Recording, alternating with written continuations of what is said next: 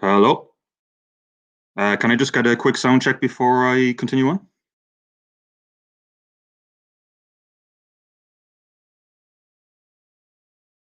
Hello?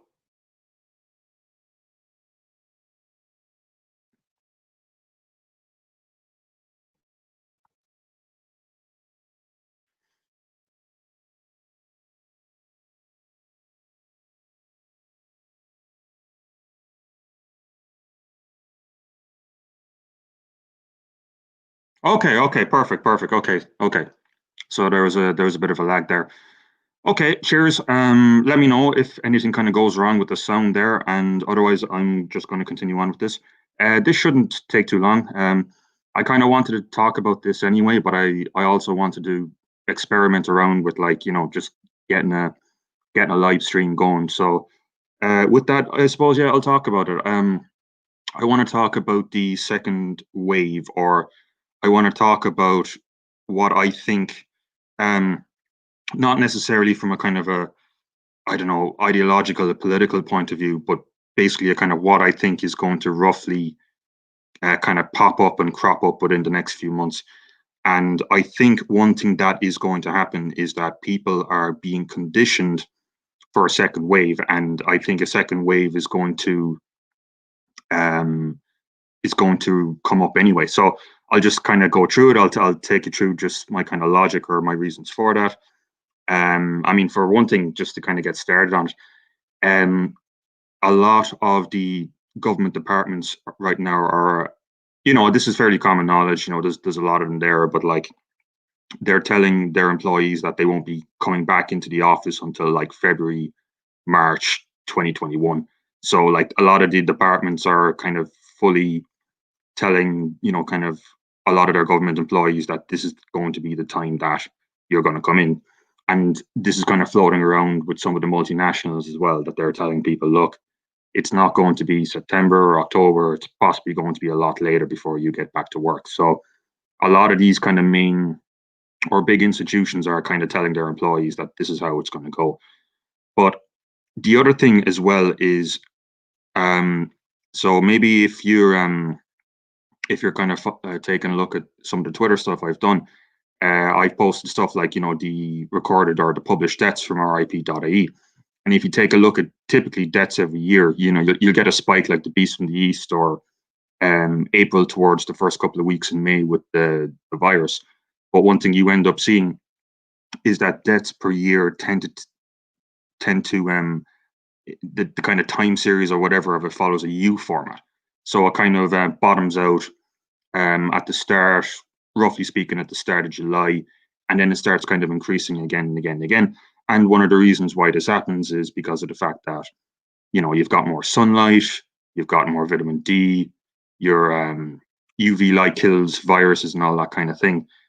And this is kind of an important point because it's going to wrap into kind of maybe a couple of points. The first thing is that um, basically um, because of the lower levels of UV light, because people are going to be getting less vitamin D, people's immune systems, and because people have been kind of mingling around with each other kind of less and less and less, people are more susceptible to just getting kind of sick in general. And also the fact that with what's going on, there's more depressed people are under a bit more stress. And I was taking a look at, before I kind of went on here, some Central Statistics Office survey data, and they were talking to people about people like, how have your exercise habits changed? How have your drinking habits changed? How have your junk food habits changed?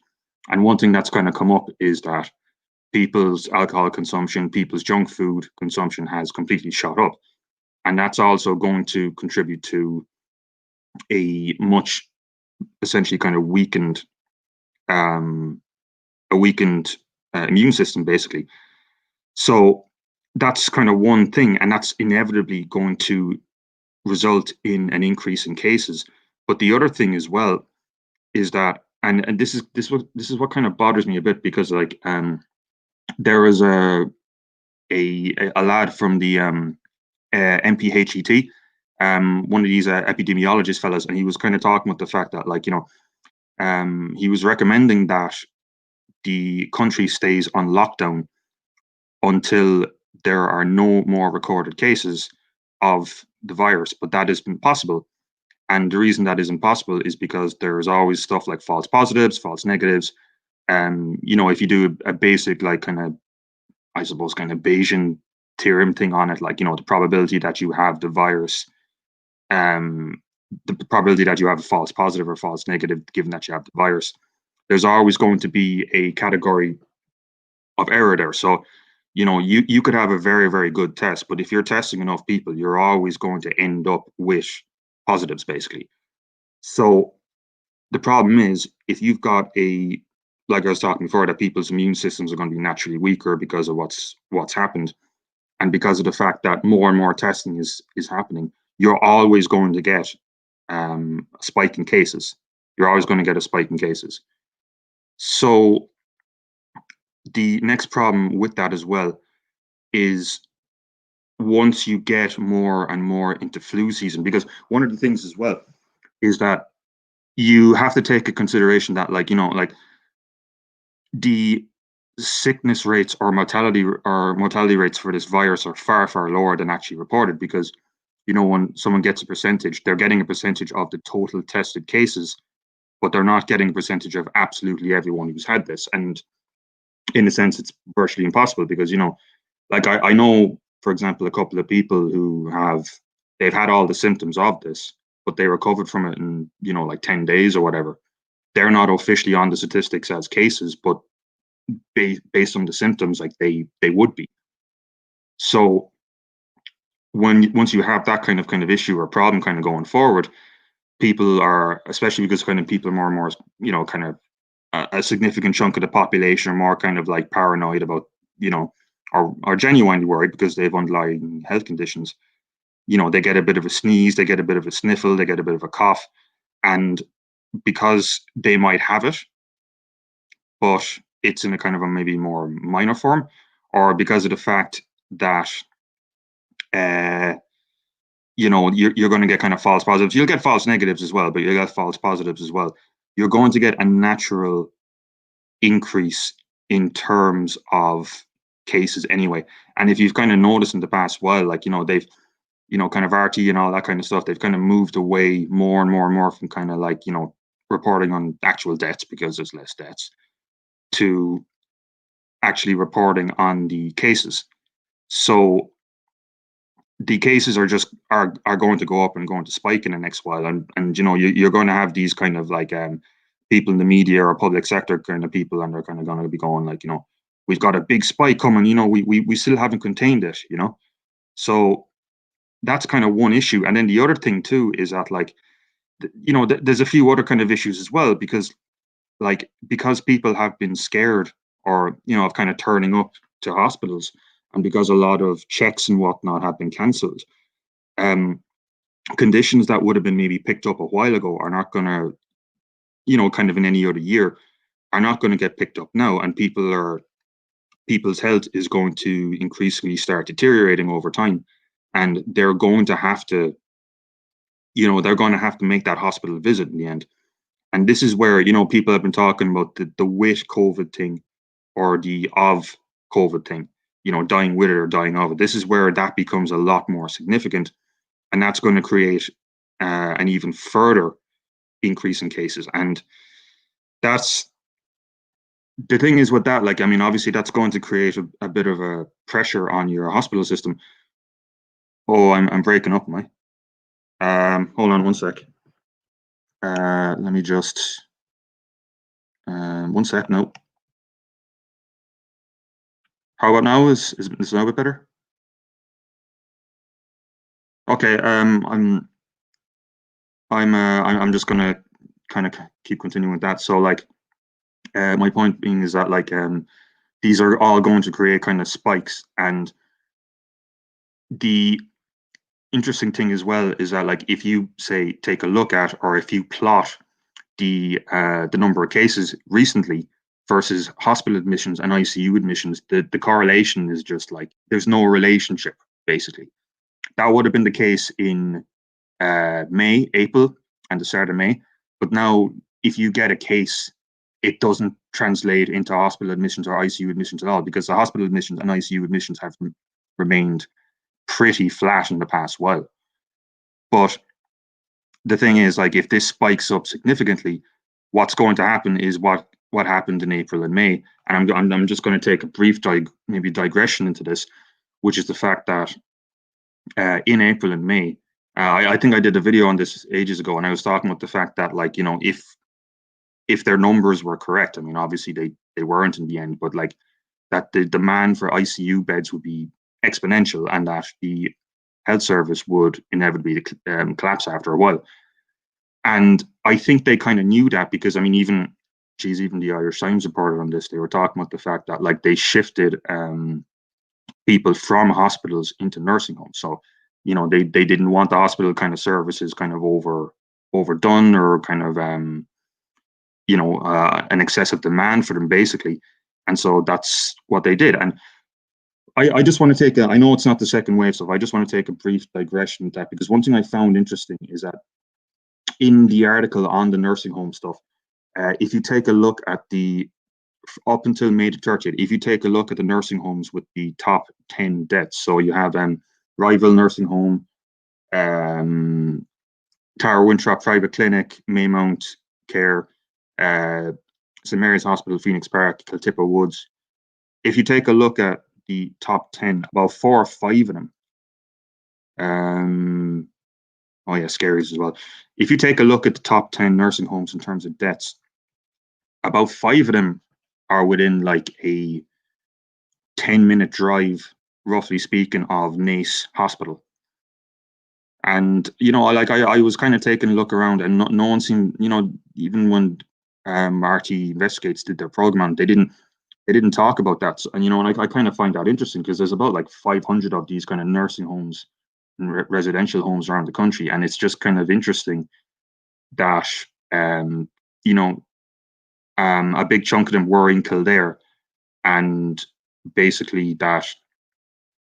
Actually, yeah, I saw that actually the US expert predicts no second wave, but that's the thing, like, it's what they interpret as a second wave, because if you've got all these extra people getting the sniffles and going for tests, and a big pile of false positives coming in, and actually genuine cases, but, you know, in very, very kind of minor forms, that's going to cause them to freak out and go, oh, we've got a second wave coming, and we need to kind of act on that. So yeah, but then just to kind of just when I was just kind of going off kind of point there a bit, but I just found that interesting about some of the nursing homes, that there is a cluster within around Naas, basically. And yeah, like I read that guy as well, and his track record, especially how it would play out, like that it would spike up in April and die out in the first couple of months of May. Like, he was spot on with that. Like, he got that one pretty well. So yeah, like the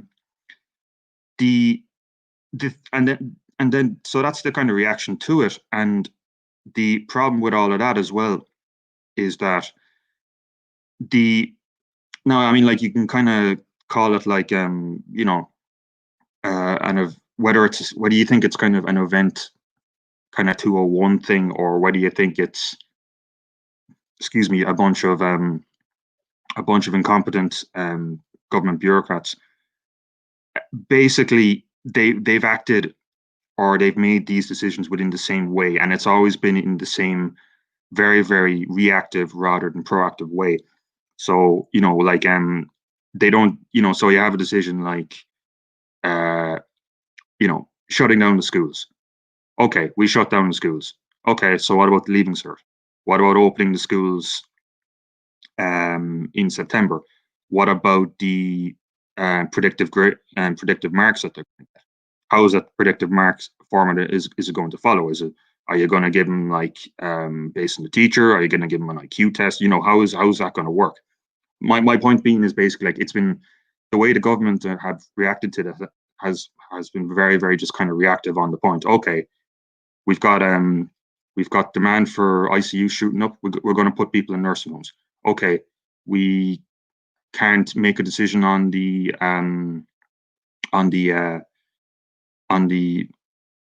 education system then, we're just going to bring the whole thing down. So that's going to be their kind of decision-making process, and it has been for the past while.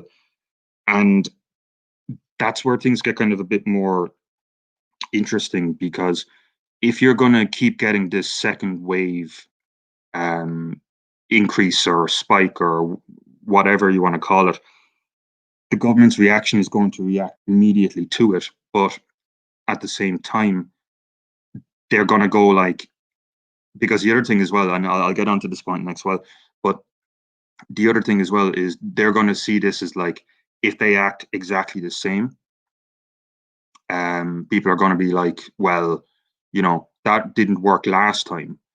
And because everyone's kind of so invested in what's going on, and that's one of the problems the government has right now, because if they were to kind of backtrack on any of this, they would be, they'd basically be wiped out in the polls next time.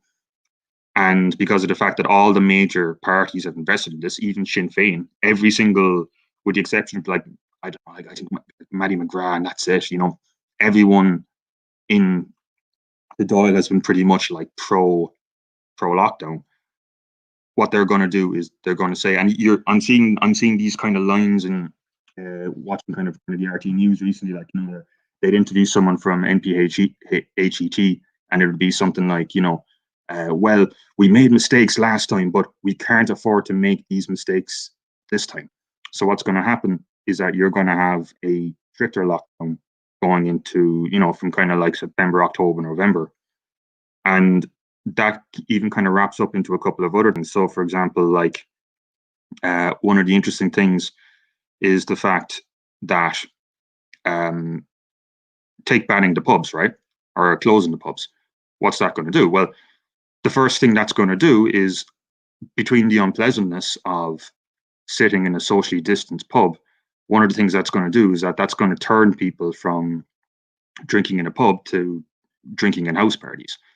And the thing is with house parties is, well, I mean, like if you wanted to follow this from an actual virus serious point of view, a bunch of people stuck in a house is way harder to deal with than, say, in a bigger pub. But also the response is going to be like, there was a clip recently. I think there's like a teenage house party or something like that in Kiltee or something like that. And that's going to start breaking out. Those kind of things are going to start breaking out more and more and more. And the government response is probably going to be something like, well, look at these clusters coming from these house parties. So what are we going to do? We're going to ban alcohol completely. If you go into a supermarket, you're not allowed to buy alcohol, or you have to buy a very, very small amount. If there's clusters of people going out at night, then we're going to start imposing curfews. We made mistakes from the first one, and now people are not playing along. People are not doing their social distancing. Exactly, Wolfhound. People are having street parties in Kilkee. So we're going to have to take this more seriously, and we're going to impose more lockdowns. So that is kind of floating around, and the demand for an incentive for lockdowns, it's kind of interesting.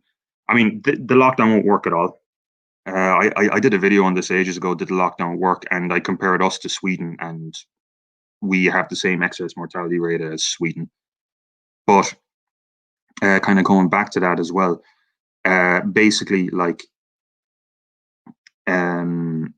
yeah, I mean, like Sweden are going to come out of this much, much better. I mean, I was even kind of reading a report that, like, like there are about a couple of Swedish epidemiologists kind of saying that, like, he thinks, again, I don't know how much this is based out, but he thinks that, like, a big chunk of the Swedes have essentially achieved herd immunity.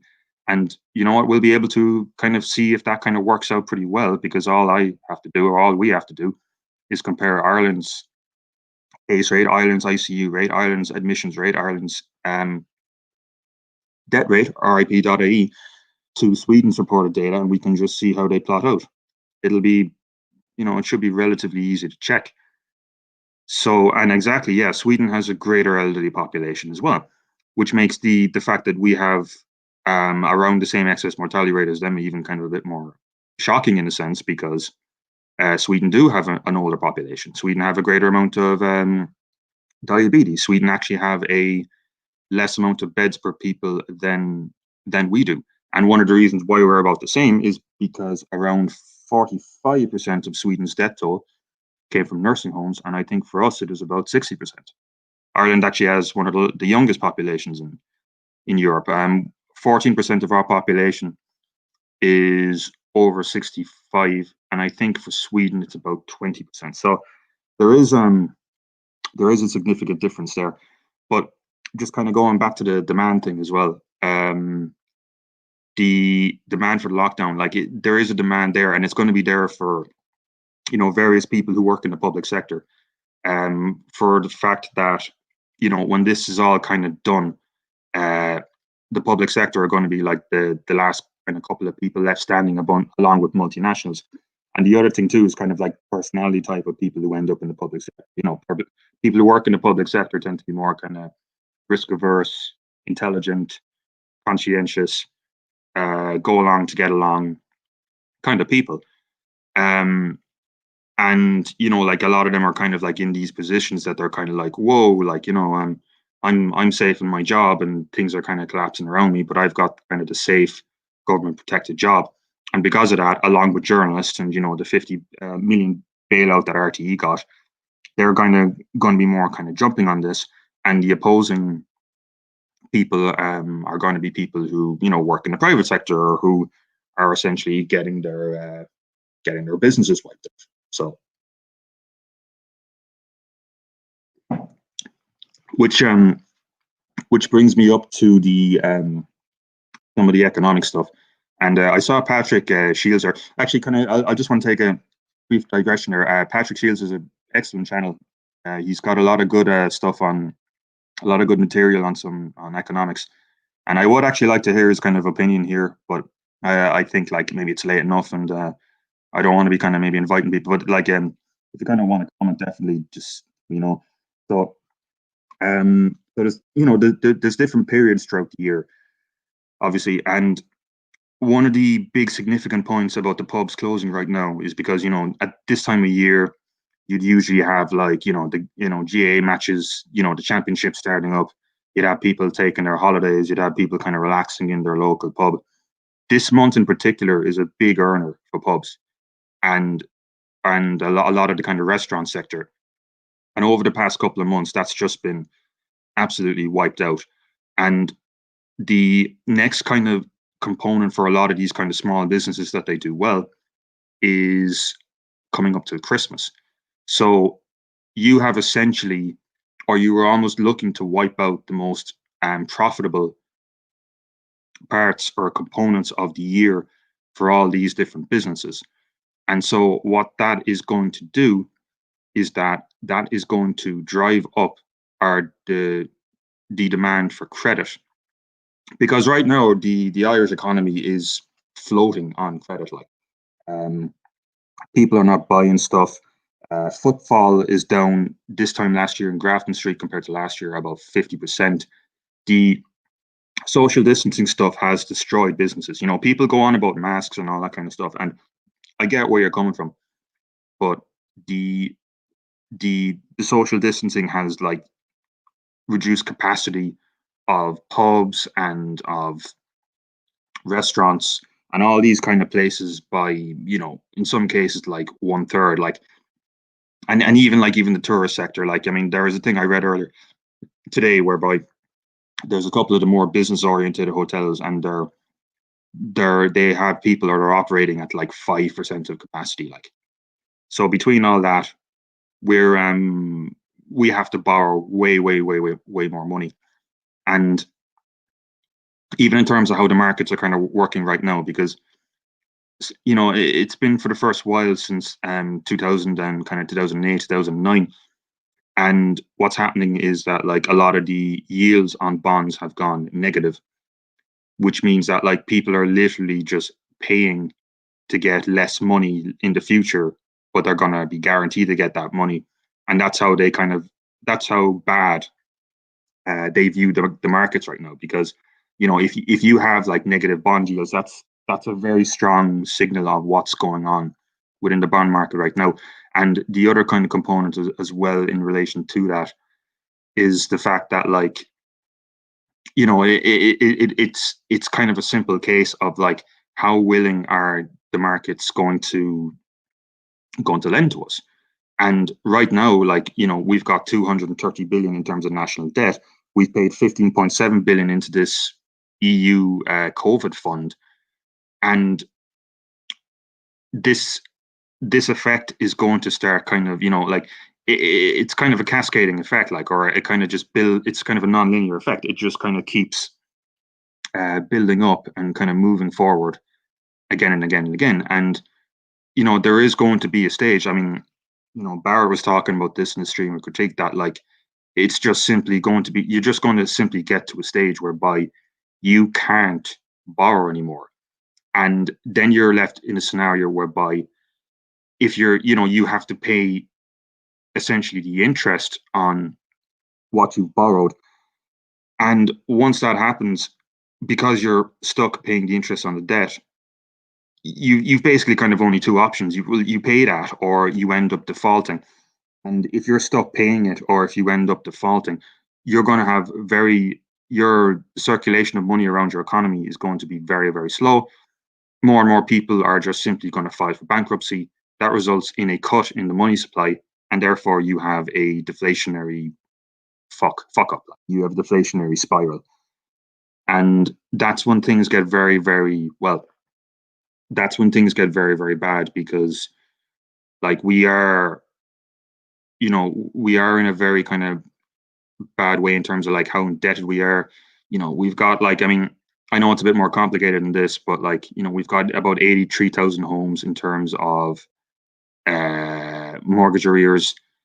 In terms of private debt, I think I was taking a look at through some. I think it was was it social? No, it wasn't social protection. It was a couple of the Department of Finance reports. That like where the country's private debt to the equivalent of about like 750 billion. It's insane. And you have all these households and all these people around the country.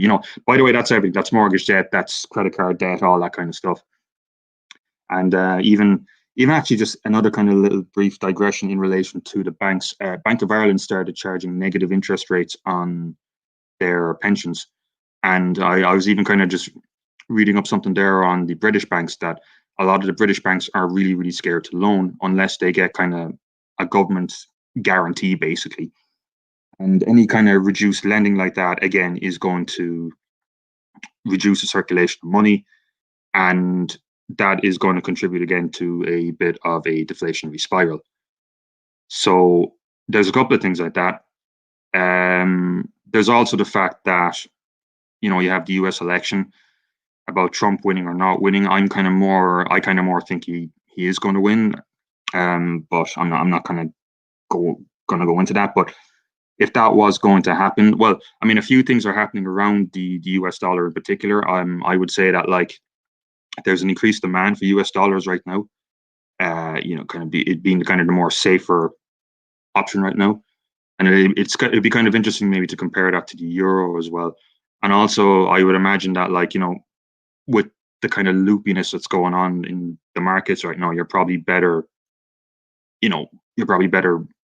stuck with commodities as well, or getting into the commodities market. But again, this is maybe more Patrick's area than mine, to be honest with you. So, but these are kind of trends that are but the kind of more important trend, I think, from that is the whole kind of, with a lot of people in Ireland, or with a lot of kind of the establishment in Ireland, there's this kind of sort of, kind of West Brit derangement syndrome, Brexit derangement syndrome, Trump derangement syndrome, that, if Trump does something and it kind of stands out, like,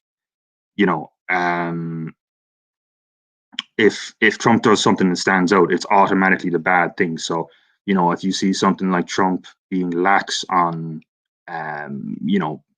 the restrictions, then what we're going to do is we're going to try and be, the best boy in the class and have the best restrictions, in a sense. Or the way it's kind of manipulated with us, it's kind of like, if you try and talk to Irish people, kind of say like, why we haven't done well. A lot of the common responses, would you look over the water with the orange man, or would you look over there with Boris? Like, there's kind of a comparison kind of going on right there, and depending on how they're going to do, we're going to react accordingly, and it's going to be a sort of a response that look something like, look how they've messed up. We're going to even do better than them. Boris has a severe lockdown. We're going to have an even more severe one. Trump kind of laxes down on things. Oh, we're definitely going to be the best, most restrictive, most serious, taking the serious of all the European countries. So I mean, it's a bad thing because it's not going to work. The lockdown is not going to work.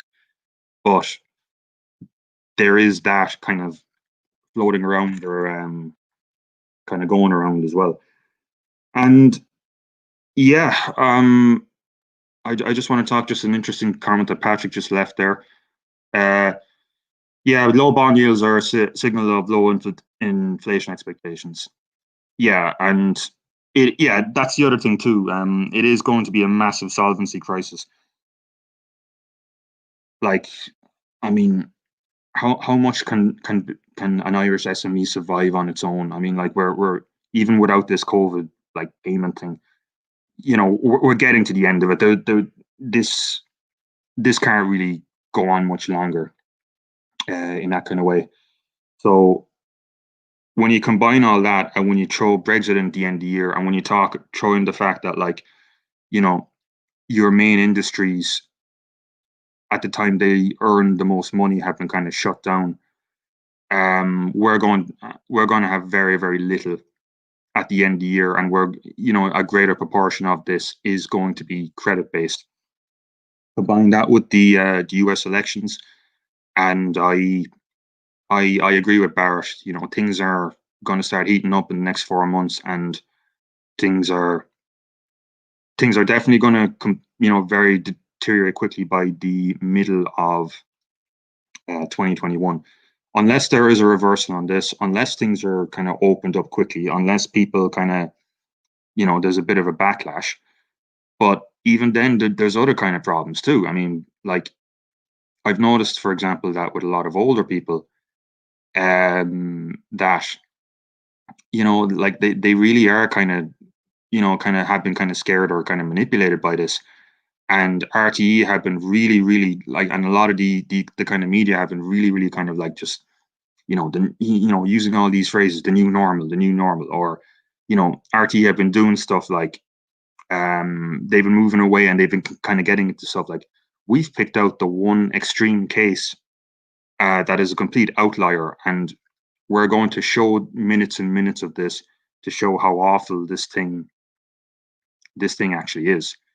And so when you combine all that, I think we're in for a very, very tumultuous time economically. And when I say tumultuous, I mean like you're going to have massive slashes within social welfare benefit, all that kind of thing, and you're going to have these people that are trapped out, private sector workers and people trapped in, and kind of in a sense want to kind of keep the thing to some degree going, which is people within the public sector.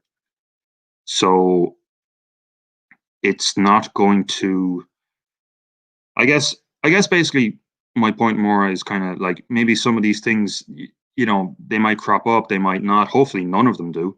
Hopefully I'm completely wrong on all of this. But I suppose it's kind of like,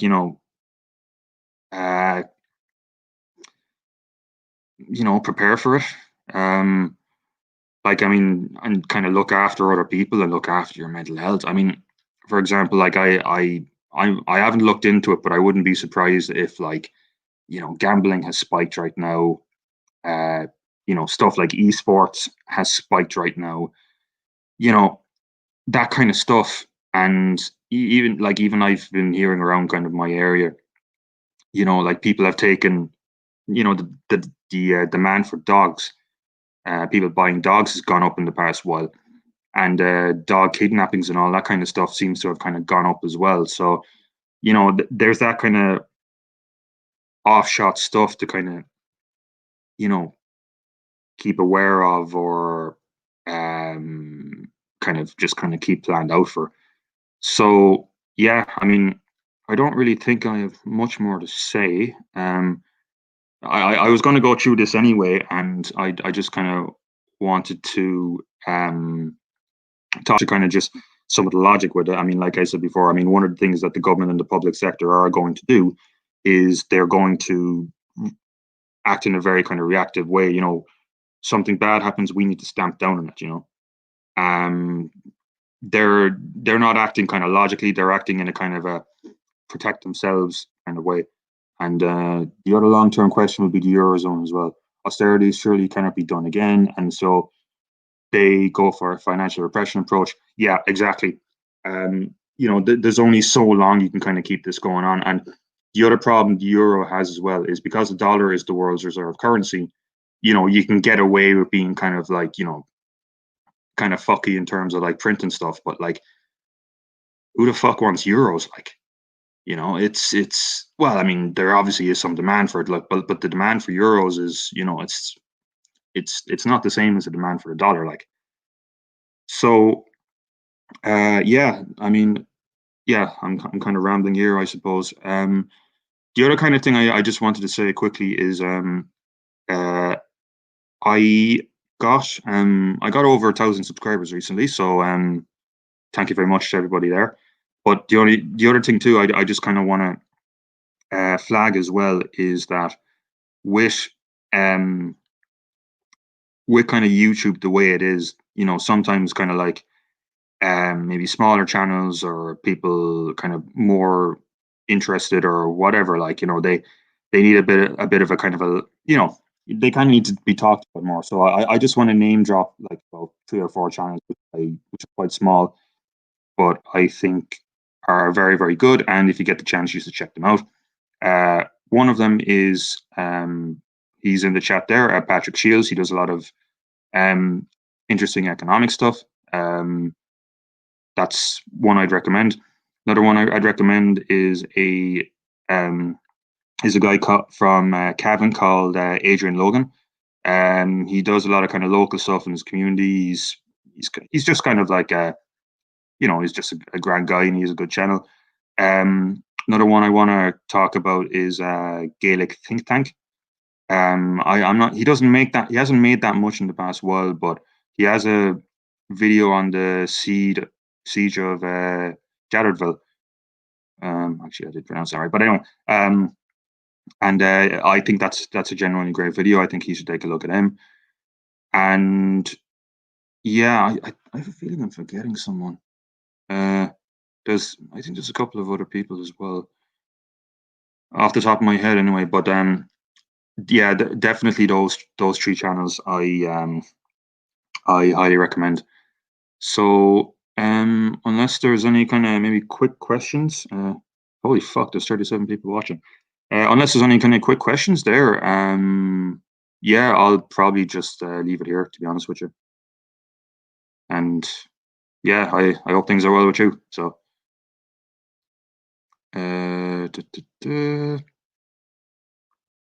okay. Don't think there are any.